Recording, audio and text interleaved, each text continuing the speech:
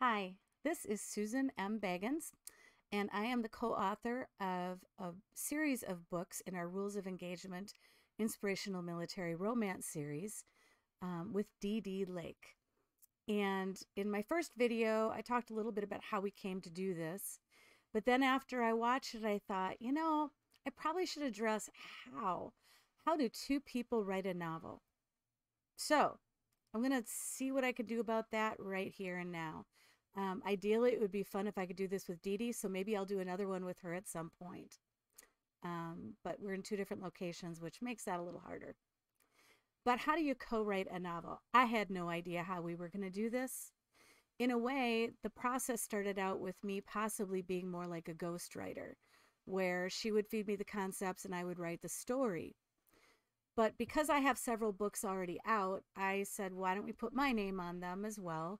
Because I have an audience, and if I write a story, I want my readers to be able to enjoy it too. And so instead of just being me writing it behind the scenes, I'm up front, I'm on the cover page, and I am one of the authors of the book. So how does that work though?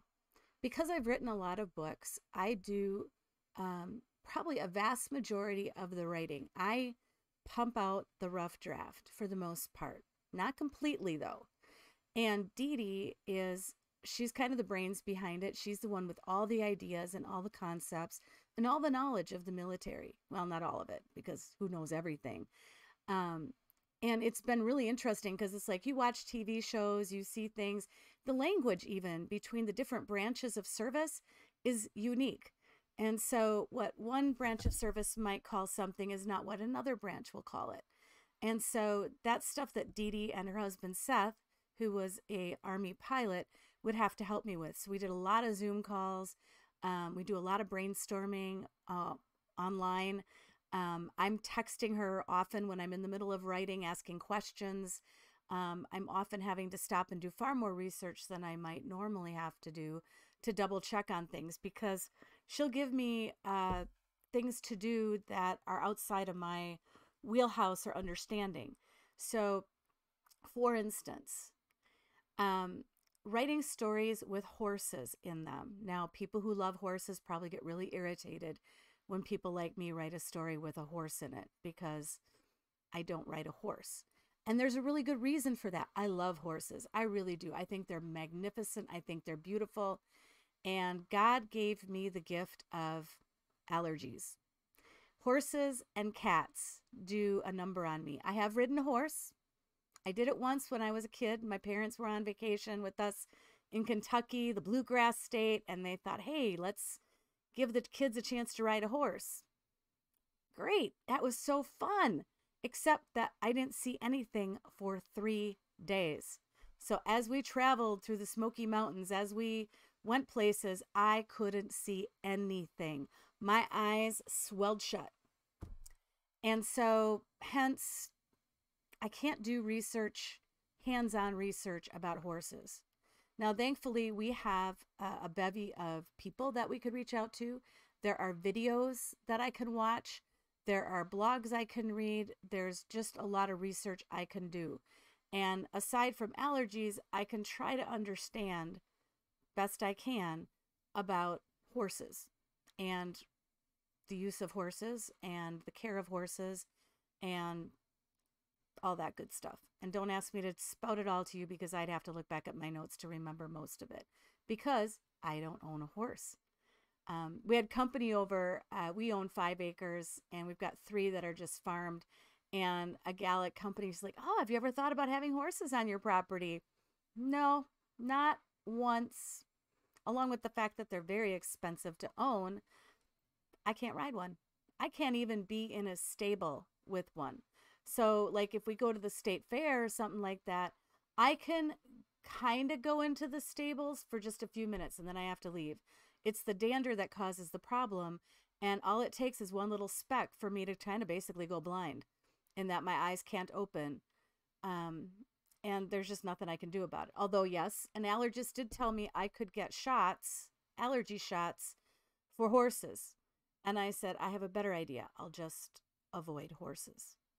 At least personally, in person, I avoid horses.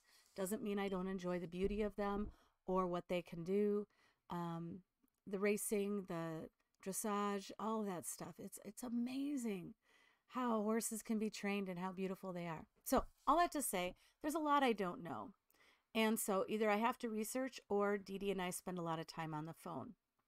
So we brainstorm a plot, we brainstorm the characters. I mean, before I ever start writing, I've got pages and pages and pages and pages of notes to try to form a story from.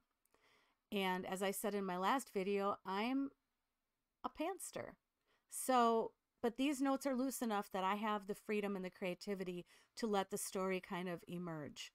And so it amazes me how Dee Dee and I both, I mean, these people come to be very real to us. They may be born out of Dee Dee's imagination, but because I'm part of that creation, they come alive in my own. And so it's really exciting to be a part of that process and to write maybe in a little different way. Now, there are a lot of things that I can't write.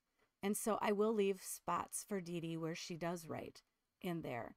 And I get the impression that the more we go forward in this, the more scenes I will leave for her to write. We do not track our changes when we write. So when I send a rough draft off to Dee Dee, she can rewrite anything she wants. And I will not even know what she's done. And the cool thing is when I read the draft again after she's gone through it and made comments and wrote things and maybe addressed issues that she wants me to fix, I can't tell the difference in our voices. Now, there probably would be if we were writing separately, but because we're writing together, she seems to be able to meld in with my voice in the way I write. And that's pretty cool. I think that's a God thing. And I hope and pray that because of all the work that we do, because it really does take a lot of time just to be connecting personally, as opposed to just writing on my own, doing my own research, and then writing a story, the process actually can take longer because sometimes I have to wait for Dee Dee to be available to discuss issues. And oftentimes those discussions aren't 5-minute discussions. We'll actually do a Zoom call and it might be an hour. And we'll drag Seth, her husband, into it to talk about different things with the military. Now, all that to say is that could actually be really frustrating, right? I mean, I don't have total control over my schedule as far as getting a book done. And I do like to get things done. And I'm not always a procrastinator. I can be, but I do like to get things done. I hate it when I can't get started when I want to. And that's a hard thing when my plan doesn't go according to plan. Get my drift here? But what has emerged as Dee Dee and I have talked is that our relationship, our friendship is number one. Well, obviously God is number one, but after our relationship with God, it's our relationship with each other that has to take priority over getting the story accomplished. Yes, we need to get it written. We have a publisher who has deadlines. We have to get stuff done, and we have to negotiate between our two schedules, our two lives, how to do that. So that can be a little bit difficult at times. It can be a challenge. However, we have learned that we have to extend grace.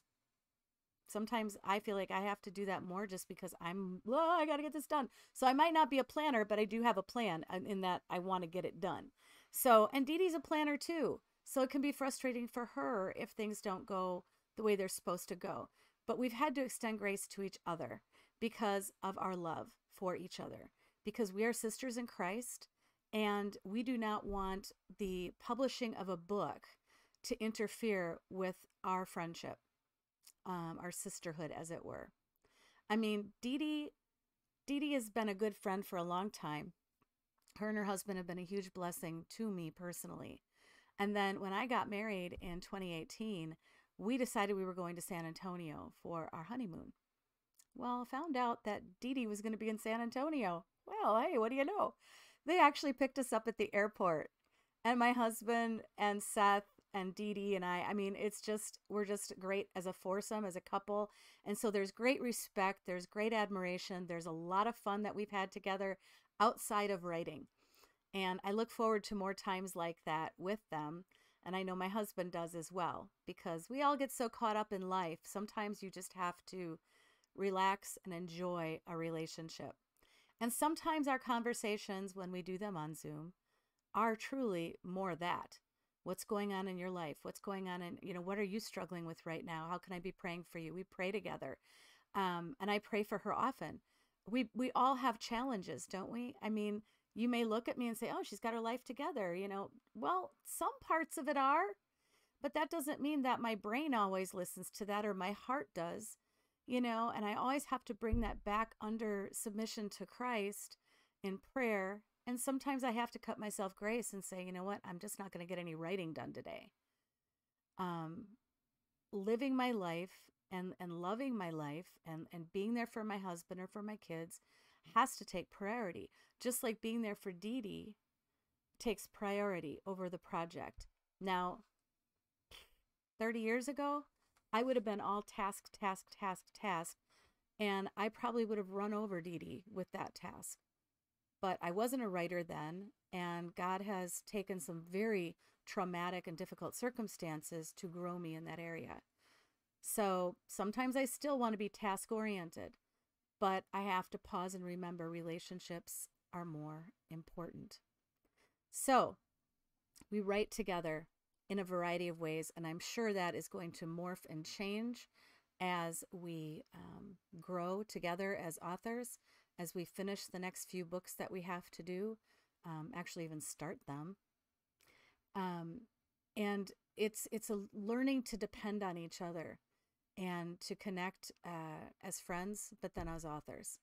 And so there's also that understanding when one of us gets kind of paralyzed with fear, there's grace, there's understanding, there's also the encouragement that we can offer each other, which you don't always get when you're writing by yourself. Now, if you're connected with a lot of other authors, yes, but this is a story we share together. All of these stories we share. So it's nice to have somebody who can say, no, you're actually good at this and you can do this. And we have the safety net of another author working. So if I write something and it doesn't ring true or it doesn't seem to flow well, Dee Dee can catch that. If she writes something and maybe the point of view is off, I can fix that. And it's seamless and it works well. And it's you got to put the ego on the table. And the nice thing is, because we don't track our work, until later on in the edits, I might track things so she can see why I did what I did, so she can learn from that if she looks at it. I don't know if she does. Or maybe she hasn't yet. Maybe she will someday when she's in the mood for it. Because I can't always, there's certain days when I just can't look at the critics or the editor's notes because, I don't know, sometimes our egos can be really fragile. Sometimes we can be very strong and confident, and then other times we feel very afraid. And that wall of fear is some people call it writer's block. I call it a wall of fear. I really believe we have an enemy who is out to defeat us. And so the nice thing is having another person to be accountable to, like with Dee Dee. When I am working on a first draft of a novel and writing, I will let her know periodically where I'm at, or I might even throw a teaser to her because I do try to surprise her in this story with things. So she might have an idea for something. Maybe that's not going to work out the way she had planned, but I come up with something even better. So it's definitely a give and take. It definitely can be challenging, but I think it's also really awesome that we get to share this together. And for me, I've had a lot of books come out, and I'm not saying I get numb to books coming out. It's not as big a deal, and yes, there's a lot of work. But I am so excited for Dee Dee that after all those years, and she'd have to tell you how many that she's had this dream of writing these stories on her heart, to be a part of making them come to life is exciting. I think that's why I like being an editor too, is because I can help people bring their dream to life when I help publish their book as their editor, and I can cheer them on. I've talked authors off the edge. And when they feel scared at the end, when that book is finally going to come out and real people are going to read it. And that can be really scary. And often we put ourselves on the page and we worry that people are going to be able to see into the depths of our heart. But because we're writing it together, there's a little bit of a safety net there, I think. Anyway, I hope if you haven't gotten a hold of Camouflage Christmas or pre-ordered it, that you do so. that you will share the story with people, that you will help us create a movement for the Rules of Engagement series, because it's not my stuff. I do a lot of the writing, but it's Dee Dee's dream. And I want to see Dee Dee's dream flourish. And I want to see Cross River Publishing, who has invested a lot of time and energy and faith in our partnership, succeed as well, because they put in a lot of time and effort too as a publishing house. All publishing houses do that. And so we would like to make money. That would be great. But it's more about having an impact on lives. And the first impact has always been for Dee Dee and I as we develop our relationship together. So that is kind of how we write together without getting too detailed. And maybe someday we'll get to do a talk at a conference, her and I together, face to face, side by side, so we can play off each other, so that we can answer questions about that process. I think for every author who's doing co-authoring, there's going to be a different way that they do it. But I do believe that the primary thing is not just the story, but it's the relationship that you have with each other. And that has to remain something that you protect. It's sacred, and it needs to be nurtured, and it needs to be prayerfully cared for. So I hope that helps. Get Camouflage Christmas and stay tuned for more.